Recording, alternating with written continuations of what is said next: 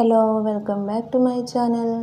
അപ്പോൾ രോഹിത്തും അലീനയും കൂടെ മാനേജർ അച്ഛനെ കാണാൻ പോയിട്ടുണ്ടായിരുന്നു. രോഹിത്തിനെ 1 മാസം സസ്പെൻഡ് ചെയ്തു, ഡിസ്മിസ് ഇല്ല എന്ന് പറഞ്ഞു അച്ഛൻ. അപ്പോൾ ഒരുപാട് നന്ദിയുണ്ട് എന്ന് പറഞ്ഞിട്ട് രോഹിത്ത് പറയുകയാണ് അച്ഛൻ്റെ അടുത്ത്. അപ്പോൾ നന്നായി പഠിക്കണം എന്ന് പറഞ്ഞ് അനുഗ്രഹിക്കുകയൊക്കെ ചെയ്യുന്നുണ്ട്. അലീനയ്ക്ക് ഒരു ബൈബിളും അച്ഛൻ സമ്മാനമായിട്ട് കൊടുക്കുകയാണ്. നീ പറഞ്ഞത് എനിക്ക് ഒരുപാട് വിഷമമായി, എൻ്റെ മനസ്സിലാണ് തട്ടിയത് എന്ന് പറയുന്നുണ്ട്. സാരമില്ല, അങ്ങനെ പറഞ്ഞതിൽ എനിക്ക് വിഷമമൊന്നുമില്ല, എന്നാലും മനസ്സിൽ തട്ടി എന്ന് പറഞ്ഞിട്ട് അച്ഛൻ്റെ വിഷമം അലീനയോട് പറയുന്നുണ്ട്. അപ്പോൾ അലീന പറയുന്നുണ്ട്, അപ്പോഴത്തെ സാഹചര്യം കൊണ്ടാണ് ഫാദർ ഞാൻ അങ്ങനെ പറഞ്ഞത്. രോഹിയുടെ പഠിപ്പ് മുടങ്ങുമല്ലോ എന്ന് വെച്ചിട്ടാണ് ആ സാഹചര്യമാണ് എന്നെ പറയാൻ പ്രേരിപ്പിച്ചത് എന്ന് പറഞ്ഞിട്ട് പറയുകയാണ്. അത് കഴിഞ്ഞതും വൈജയന്തി വീട് വിട്ടിറങ്ങി. ബബിത പോണ്ടെന്ന് പറഞ്ഞ് വൈജയന്തി തടുക്കുന്നുണ്ട്. പക്ഷേ വൈജയന്തി അതൊന്നും കേൾക്കാൻ കൂട്ടാക്കുന്നില്ല.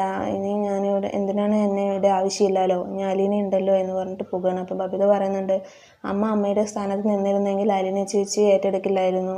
അമ്മ 2 മാസം ഹോസ്പിറ്റലിലായിരുന്നു. അപ്പോൾ ഈ കുടുംബം ഒത്തൊരുമയോടെ കൊണ്ടുപോയത് അലീന ചേച്ചിയാണ്. അലീന ചേച്ചി ഇല്ലായിരുന്നെങ്കിൽ ഒന്നും നടക്കില്ലായിരുന്നു. ഇപ്പോഴാണ് നമ്മുടെ കുടുംബത്തിലൊരു സന്തോഷത്തോടെ കഴിയാൻ തുടങ്ങിയത്. അപ്പോഴേക്കും അമ്മ ഇങ്ങനെ വഴക്കിട്ട് പോവരുത്, ഒന്നില്ലെങ്കിൽ അച്ഛനടുത്തെങ്കിലും ഒന്ന് പറയണമെന്ന് പറയുന്നുണ്ട്. അപ്പോൾ വൈജയന്തി പറയണം, ബാലചന്ദ്രൻ്റെ അടുത്ത് എന്നെ ഒന്ന് ശ്രദ്ധിക്കുന്നു പോലുമില്ല, അങ്ങനെയുള്ള ഒരാളുടെ അടുത്ത് എങ്ങനെയാണ് ഞാൻ പറയുക? രോഹിയുടെ അടുത്തെങ്കിലും പറയും അമ്മയെന്ന് പറയുമ്പോൾ ഇല്ല, അതിൻ്റെ അടുത്തും പറയുന്നില്ല എന്ന് പറഞ്ഞ് ബബിതയെ തള്ളി മാറ്റി വൈജയന്തി കാറിൽ കയറി പോവുകയാണ്. വൈജയന്തിയുടെ തറവാട്ടിലേക്കാണ് പോയത്. അവിടെ ശിവശങ്കരനും കമലയും എല്ലാവരും ഉണ്ടായിരുന്നു. അപ്പോൾ ശിവശങ്കരൻ ചോദിക്കുന്നുണ്ട്, എന്തിനാണ് നീ ഇങ്ങനെ ദേഷ്യപ്പെട്ട് പെട്ടിയൊക്കെ എടുത്തിട്ട് വന്നിരിക്കുന്നത്? ഒന്ന് ക്ഷമിച്ചുകൂടെ? നിനക്ക് നിൻ്റെ കാര്യം മാത്രമേ ഉള്ളൂ. നിന്നെ സ്നേഹിക്കുന്നവരെ എന്തെങ്കിലും നീ തിരിച്ച് അവരെ സ്നേഹിച്ചിട്ടുണ്ടോ? അവർക്ക് എന്തെങ്കിലും നൽകിയിട്ടുണ്ടോ? നീ നിൻ്റെ കാര്യങ്ങൾ മാത്രമേ നോക്കുന്നുള്ളൂ. നിനക്ക് കെട്ടിയവനും കുട്ടികളും ഉണ്ട്, നീ അത് ഓർക്കുന്നുണ്ടോ? നീ തിരിച്ചു പോകണമെന്ന് പറയുമ്പോൾ ഞാൻ ഇനി അങ്ങോട്ട് പോവില്ല. ഞാനൊരു വാടക വീട് എടുത്തിട്ടുണ്ട്, അതൊന്ന് റെഡിയാവുന്നത് വരെ ഞാൻ ഇവിടെ ഉണ്ടാകും. അത് കഴിഞ്ഞ് ഞാൻ ഇവിടെ നിന്ന് ഇറങ്ങിക്കൊള്ളാം എന്ന് പറയുകയാണ്.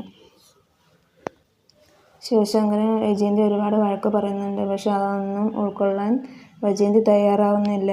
തിരിച്ച് അതിനുള്ള മറുപടി അപ്പം തന്നെ കൊടുക്കുകയും ചെയ്യുകയാണ്. കമല പറയുന്നുണ്ട്, മനുവിനെ കൊണ്ട് കെട്ടിക്കാനാണ് പ്ലാൻ അലീനയെ എന്ന് പറയുന്നുണ്ട്. അങ്ങനെ വൈജയന്തി ഞെട്ടലോടെ നിൽക്കുകയാണ്. എനിക്കാണ് ഭ്രാന്ത് എന്നാണ് നിങ്ങളെല്ലാവരും പറയുന്നത്, പക്ഷെ ഇപ്പോൾ എനിക്ക് മനസ്സിലായി ആർക്കാണ് ഭ്രാന്ത് എന്നുള്ളത്. അപ്പോൾ ഇതാണ് നിങ്ങളുടെ മനസ്സിലുള്ള ഉദ്ദേശം അല്ലേ എന്ന് പറഞ്ഞിട്ട് പറയുകയാണ്. കമല പറയുന്നുണ്ട്, ഞാൻ ജീവിച്ചിരിക്കുമ്പോൾ അത് നടക്കില്ല, മനുവിനെ കൊണ്ട് കല്യാണം കഴിക്കാൻ ഞാൻ അനുവദിക്കില്ല എന്ന് പറയുന്നുണ്ട് വൈജയന്തിയോട്. അങ്ങനെ അവർ തമ്മിൽ കുറച്ച് സംസാരങ്ങളൊക്കെ ഉണ്ടായിട്ട് ഇന്നത്തെ എപ്പിസോഡ് ഇവിടെ കഴിഞ്ഞു. Thank you for watching my video.